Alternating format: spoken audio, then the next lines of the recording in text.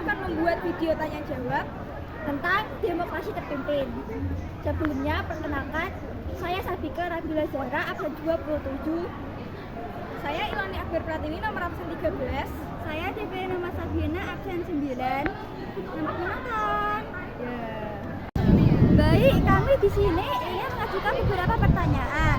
Yang pertama, pada 3 Mei 1964, Presiden Soekarno mengucapkan Dwi Komando Rakyat atau Dwikora.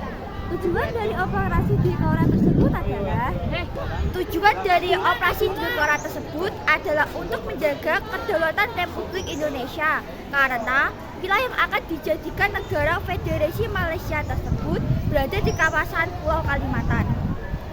Baik, pertanyaan kedua yaitu bagaimana Indonesia memperoleh kembali Irian Barat sebagai bagian dari NKRI? Pada tanggal 15 Agustus 1962 ditandatangani perjanjian antara pemerintah Indonesia dengan pemerintah Belanda di New York. Hal pokok dari isi perjanjian itu adalah penyerahan pemerintahan di Irian Barat dari pihak Belanda ke UNTEA, yang kemudian akan menyerahkan Irian Barat ke pemerintah Indonesia sebelum tanggal 1 Mei 1963. Berdasarkan perjanjian New York, pemerintah Indonesia punya kewajiban untuk menyelenggarakan penentuan pendapat rakyat atau PERA. Pemerintah Indonesia menjalankan dalam 3 tahap. 3 tahapan ini sukses dijalankan pemerintah Indonesia karena sudah sesuai dengan isi perjanjian New York. Sejak saat itulah Indonesia secara de jure dan de facto memperoleh kembali Irian Barat sebagai bagian dari NKRI. Pertanyaan ketiga yaitu, apa penyebab membengkaknya anggaran belanja negara setiap tahunnya? Penyebabnya adalah pembangunan proyek-proyek mercusuar yang lebih bersifat politis daripada ekonomi, misalnya pembangunan Monas, pertokoan Sarinah, dan kompleks olahraga. Pertanyaan keempat yaitu, kenapa PKI kuat pada masa demokrasi terpimpin? Kepopuleran PKI disebabkan karena kedekatan PKI dengan Soekarno yang didasari oleh kesamaan pandangan politik, terutama masalah perlawanan terhadap kekuatan nekolim. Penyebab lainnya adalah PKI dalam berkampanye menargetkan kaum proletar seperti para buruh dan para petani. Selanjutnya, apa saja hasil dari konferensi Mapilindo dan membahas tentang apa? Konferensi Mapilindo menghasilkan 3 dokumen penting, yaitu Deklarasi Manila, Persetujuan Manila, dan Komunike Bersama.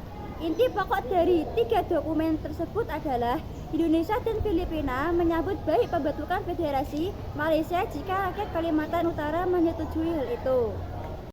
Bagaimana tahap strategi ekonomi terpimpin dalam Dekon? Tahapan pertama harus menciptakan suasana ekonomi yang bersifat nasional demokratis yang bersih dari sisa-sisa imperialisme dan kolonialisme. Tahapan ini merupakan persiapan menuju tahapan kedua, yaitu tahap ekonomi sosialis. Mengapa Dewan Konstituante yang dibentuk melalui pemilihan umum 1955 tidak berhasil menyelesaikan tugasnya menyusun UUD baru? Hal tersebut dikarenakan perselisihan antar partai terkait perbedaan ideologi dalam menyusun undang-undang. Apa tujuan PKI menerapkan strategi menempel pada Presiden Soekarno? Secara sistematis, PKI berusaha memperoleh citra sebagai Pancasilais dan pendukung kebijakan-kebijakan Presiden Soekarno yang menguntungkannya. Pada hari Minggu 5 Juli 1959 pukul 5 sore dalam suatu upacara resmi yang berlangsung selama 15 menit di Istana Merdeka, Presiden Soekarno merumuskan dekret yang memuat 3 hal pokok. Apakah 3 hal pokok itu? Dekret yang memuat 3 hal pokok tersebut yaitu 1. Menetapkan pembubaran konstituante. 2. Menetapkan UUD 1945 berlaku bagi segenap bangsa Indonesia dan seluruh tumpah dari Indonesia, terhitung mulai tanggal penetapan dekret dan tidak berlakunya lagi UUD sementara atau UUDS.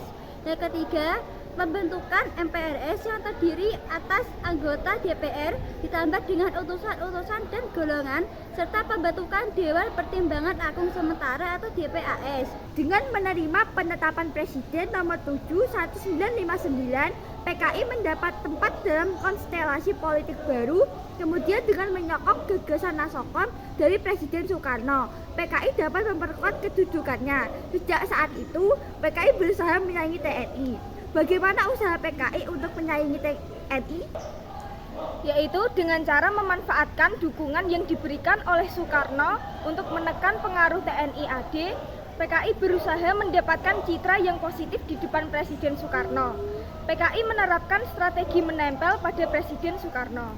Mengapa program pemerintah pembebasan Irian Barat selalu gagal? Kegagalan ini diakibatkan adanya sikap dari pihak Belanda yang berusaha untuk terus menduduki Irian Barat. Bahkan pada bulan Agustus 1952, pemerintah Belanda dengan persetujuan parlemennya secara unilateral memasukkan Irian Barat ke dalam wilayah kekuasaannya. Apa penyebab konflik konfrontasi terhadap Malaysia? Masalah ini berawal dari munculnya keinginan Tengku Abdul Rahman dari Persekutuan Tanah Melayu dan Lee Kuan Yew dari Republik Singapura untuk menyatukan kedua negara tersebut menjadi Federasi Malaysia. Sekian video tanya jawab dari kami. Terima kasih sudah menonton. Wassalamualaikum warahmatullahi wabarakatuh.